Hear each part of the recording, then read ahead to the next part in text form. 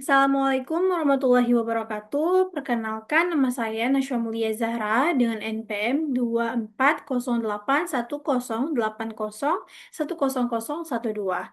Pada video ini saya akan menjelaskan hasil tugas saya, yaitu analisis artikel jurnal dengan judul Long Term Population Projection, Scenarios of Low or Rebounding Fertility. Nah, ini merupakan ujian akhir semester dari mata kuliah Statistika Kependudukan. Langsung saja kita masuk pada latar belakang dari penelitian ini. Nah, masalah yang diangkat pada penelitian ini itu adalah tentang semakin banyak negara yang mengalami penurunan angka kelahiran atau fertilitas. Bahkan di beberapa negara pun jumlah anak yang lahir itu sudah berada di bawah tingkat penggantian penduduk, yang mana kondisi ini bisa menimbulkan pertanyaan bagaimana jumlah penduduk dunia akan berkembang di masa depan. Karena masih ada ketidakpastian mengenai kondisi bagaimana di masa depan, maka penelitian pada artikel ini itu melakukan proyeksi penduduk untuk melihat berbagai kemungkinan yang akan terjadi dalam jangka panjang.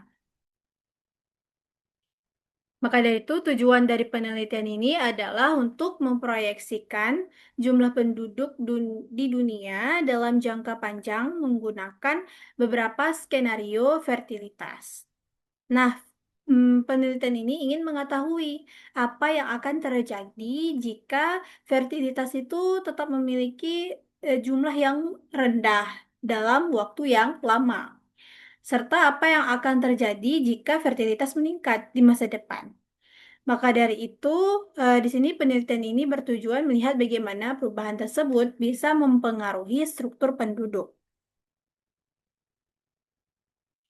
Nah, kebaharuan atau novelty yang diambil, yang bisa kita petik dan bisa kita ambil dari penelitian ini adalah tentang eh pada periode. Yang pertama ada pada periode atau proyeksi hingga tahun 3000. Nah, di sini penelitian ini terletak pada di penelitian ini itu melakukan pada periode proyeksinya itu yang sangat panjang, yaitu sampai tahun 3000, yang mana biasanya sebagian besar penelitian itu melakukan sampai sekitar tahun 2100. Nah, yang kedua, menggunakan beberapa skenario fertilitas. Nah, penelitian ini melakukan beberapa skenario fertilitas yang berbeda-beda. Nah, pendekatan ini membuat hasil proyeksi menjadi lebih komprehensif. Nah, kemudian dengan adanya atau skenario fertilitas ini bisa memberikan gambaran yang lebih luas mengenai kemungkinan di masa depan tentang penduduk di dunia. Apakah akan meningkat atau yang disebut dengan rebound fertility. Metode yang digunakan ini itu eh, untuk memproyeksikan ataupun si cohort component method ini digunakan untuk memproyeksikan jumlah penduduk berdasarkan umur, jenis kelamin dengan mempertimbangkan fertilitas, mortalitas, dan migrasi. Lalu penelitian ini juga menggunakan analisis population projection yang dimana ini untuk membandingkan beberapa kemungkinan tingkat fertilitas di masa depan. Nah, ini juga termasuk pemahaman dari skenario analisis, yang mana skenario analisis ini juga membandingkan berbagai skenario fertilitas. Selanjutnya, data atau indikator di sini itu sebagai dasar dalam melakukan proyeksi penduduk. Kemudian, temuan penelitian dari artikel ini itu menunjukkan bahwa fertilitas itu sangat mempengaruhi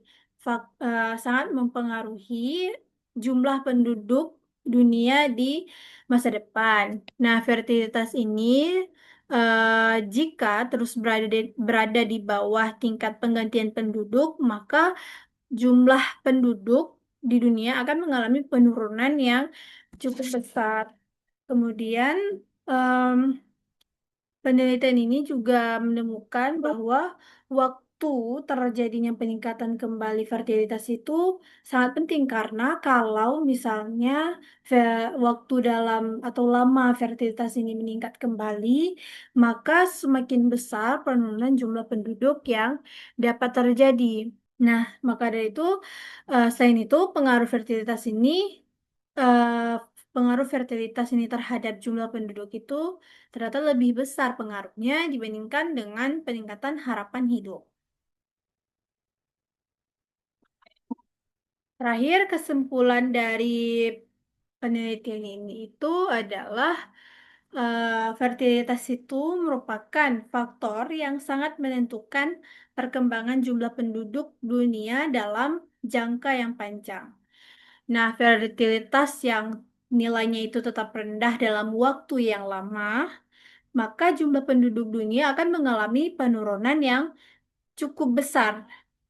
Nah, penelitian ini juga menunjukkan bahwa metode dari komponen cohort ini bisa memberikan gambaran mengenai perubahan jumlah penduduk ataupun struktur penduduk di masa depan.